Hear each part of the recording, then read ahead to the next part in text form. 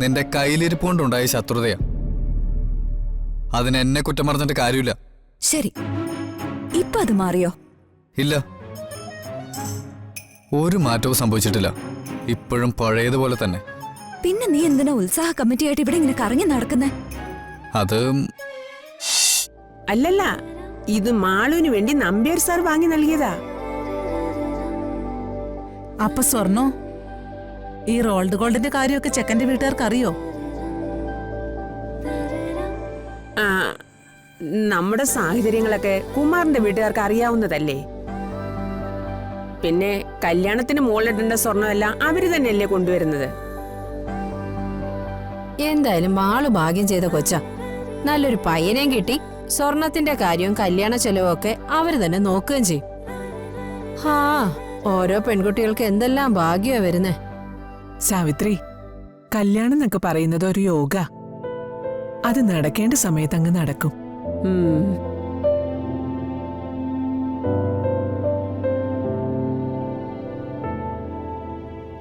എന്താ മാളു, നീ ആരെയും നോക്കുന്നേ?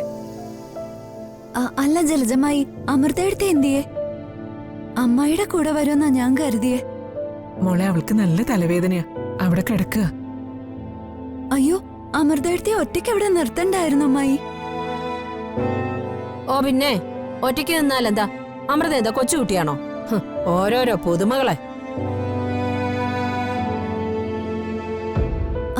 അമ്മേ, ഞാൻ ഇപ്പൊ വരാവേ. മാളു, നീ ഇതെങ്ങോട്ടാ? ദാ വരുന്നമ്മേ.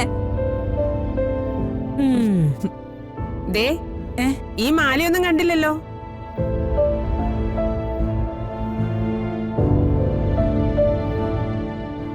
ശ്രീയേട്ടൻ ഇത് എവിടെ പോയി? വരാം ചേട്ടാ.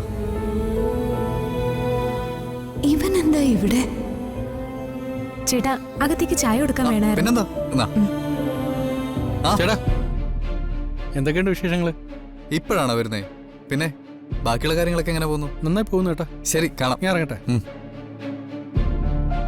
ആ, എന്താ കല്യാണ പെണ്ണേ? എനിക്ക് മനസ്സിലായില്ല. എന്നെയോ? നിന്നെ ഞാൻ പണ്ടേ മനസ്സിലാക്കിയതാ. അതല്ല ഞാനിപ്പോ ചോദിച്ചത്. പിന്നെ ആദ്യമോനെ. ആ, ബാബേട്ടാ. നമസ്കാരം. ഓ, നമസ്കാരം. കേറിക്ക്.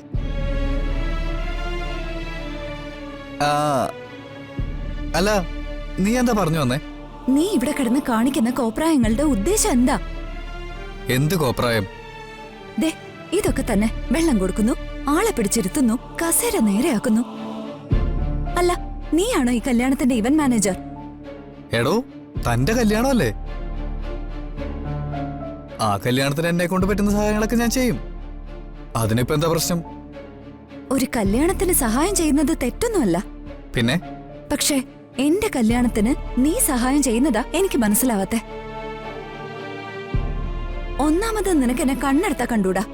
ഇത്രയും നാളായിട്ട് നിനക്ക് എന്നോടുണ്ടായിരുന്ന ശത്രുത ഒറ്റ ദിവസം കൊണ്ട് മാറിയെന്ന് ഞാൻ വിശ്വസിക്കണോ? ഒരു മിനിറ്റ്. നിന്നോടുള്ള ശത്രുത വെറുതെ ഉണ്ടായതല്ല. ഓഹോ, അതിന്റെ പൂർണ്ണ ഉത്തരവാദിത്തം നിനക്കാ. എനിക്കോ? അതെ, നിന്റെ കയ്യിലിരിപ്പുകൊണ്ടുണ്ടായ ശത്രുതയാ. അതിനെന്നെ കുറ്റം പറഞ്ഞിട്ട് കാര്യമില്ല. ശരി, ഇപ്പൊ അത് മാറിയോ? ഇല്ല, ഒരു മാറ്റവും സംഭവിച്ചിട്ടില്ല. ഇപ്പോഴും പഴയതുപോലെ തന്നെ. പിന്നെ നീ എന്തിനാ ഉത്സാഹ കമ്മിറ്റിയായിട്ട് ഇവിടെ ഇങ്ങനെ കറങ്ങി നടക്കുന്നേ? അത് എനിക്ക് എന്റെ മുത്തശ്ശനോടുള്ള ബഹുമാനം കൊണ്ട് മാത്രം. മുത്തശ്ശനോടുള്ള ബഹുമാനോ? അതോ ഇതും തമ്മിൽ എന്താ ബന്ധം? തന്റെ കല്യാണം ഭംഗിയായി നടത്താനുള്ള ഉത്തരവാദിത്തം മുത്തശ്ശനെ എന്നെ ഏൽപ്പിച്ചിരിക്കുന്നേ. അപ്പൊ പിന്നെ എനിക്ക് മാറി നിൽക്കാൻ പറ്റുമോ? എന്റെ മുത്തശ്ശനെ എന്നെ ഏൽപ്പിച്ച കാര്യം ഞാൻ ഭംഗിയായിട്ട് ചെയ്യും. എന്റെ കല്യാണം നടത്താനുള്ള ഉത്തരവാദിത്വം മുത്തശ്ശൻ നിന്നെയാണോ ഏൽപ്പിച്ചത്? എന്താ, എന്നെ കണ്ട ഉത്തരവാദിത്തം ഏൽപ്പിക്കാൻ കൊള്ളില്ലെന്ന് തോന്നുന്നുണ്ടോ? നിന്നെ ഉത്തരവാദിത്വം ഏൽപ്പിക്കാൻ മാത്രം മണ്ടത്തരം മുത്തശ്ശൻ എന്തായാലും ചെയ്യില്ലല്ലോ എന്നാ ഞാൻ ആലോചിക്കുന്നത്. നിന്റെ തലയിൽ നല്ലതൊന്നും തോന്നില്ലെന്ന് എനിക്കറിയാം. നിന്നെ പോലെയല്ല, എനിക്ക് കുറച്ച് സ്വയബോധമുണ്ട്. ഓഹോ, കുറച്ച് വെള്ളം കുടിക്കാൻ കിട്ടും. ആ പിന്നെ ചേട്ടാ, ചെല്ലേ മോളെ, ചേട്ടന് കുറച്ച് വെള്ളം എടുത്ത് കൊടുത്തേ.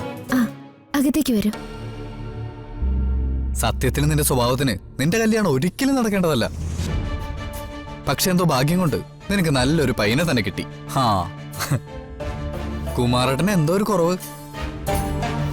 നല്ല സെറ്റിൽഡ് ലൈഫ്, ഇഷ്ടം പോലെ കാശ്, കാറ്, വലിയ വീട്. പോരെ, നിനക്കിനി കുമാരേട്ടന്റെ കൂടെ അടിച്ചു പൊളിച്ച് സുഖമായിട്ട് ജീവിക്കാലോ. സത്യം പറഞ്ഞാലേ നിനക്ക് ഇത്രയും നല്ല ലൈഫ് കിട്ടിയാലും എനിക്ക് അല്പം അസൂയൊക്കെയുണ്ട്. നിനക്കോ?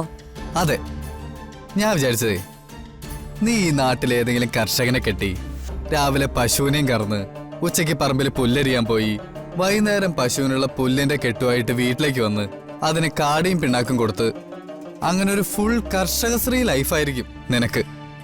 അതായിരുന്നു ഞാൻ നിനക്ക് മനസ്സിൽ കണ്ട ഫ്യൂച്ചർ പ്ലാൻ. പക്ഷേ ഇത് ഞാൻ സ്വപ്നത്തിൽ പോലും പ്രതീക്ഷിക്കാത്ത ഒരു ട്വിസ്റ്റ് ആയിപ്പോയി. നീ എന്റെ ജീവിതം മുഴുവനും പ്ലാൻ ചെയ്തു വെച്ചിരുന്നല്ലേ? ശത്രുവിന്റെ ഭാവിയെക്കുറിച്ച് ധാരണ വേണ്ടേ? എന്തായാലും നിനക്ക് കിട്ടിയ പയ്യൻ നല്ല സൂപ്പറാ. ആഹാ, കുമാരണ്ണന് 100 ആയുസ. പറഞ്ഞു നാവ് വായിലേക്ക് ഇട്ടേയുള്ളൂ, അപ്പോഴേക്ക് ആളുടെ പ്രസൻസ് ഇവിടെ എത്തി.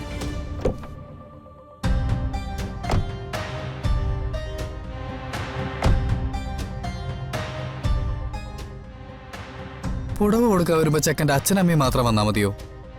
ചെക്കൻ എവിടെ?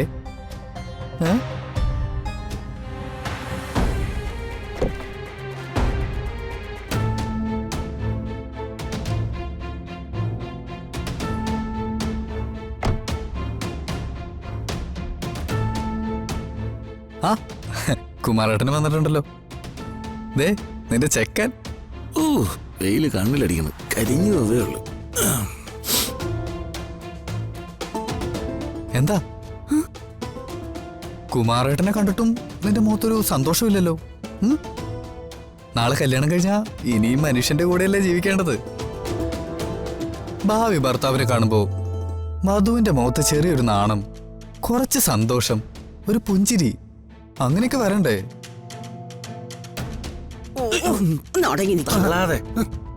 ഒട്ടങ്ങി നിക്ക്.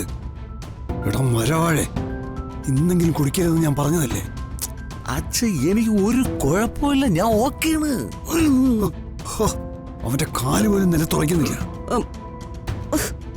ഒന്ന് പതുക്കെ പറ. ഇവൻ കുടിച്ചിട്ടുണ്ടെന്ന് ആരെങ്കിലും അറിഞ്ഞാ പിന്നെ എന്ത് ചെയ്യും? നീ അവന്റെ കോലം കണ്ടില്ലേ? നേരെ നിൽക്കാൻ പോലും പറ്റുന്നില്ല. ഞാൻ നേരെ എന്നാ നിക്കണം, ചുമ്മാട്ട് പിടിക്കാറുന്നാണ്. എന്തുണ്ട് പിടിക്കണ? ദേ കണ്ടോ? അത് എന്റെ കുഴപ്പം കൊണ്ടൊന്നുമില്ല, ഇവിടെ തറ കുറച്ച് ചരിഞ്ഞ് കിടക്കണം, ഞാൻ തോന്നിയേ. പിന്നെ അല്ല, പിന്നെ എല്ലാത്തിനും എന്നെ. ഓഹോ, നിനക്ക് നാണമായിരിക്കും അല്ലേ? സാരമില്ല, ഞാൻ അവിടെ നിന്നാലേ നിന്റെ നാണം കൂടും. ഞാൻ പോയി കുമാരേട്ടനെ സ്വീകരിക്കട്ടെ. ആ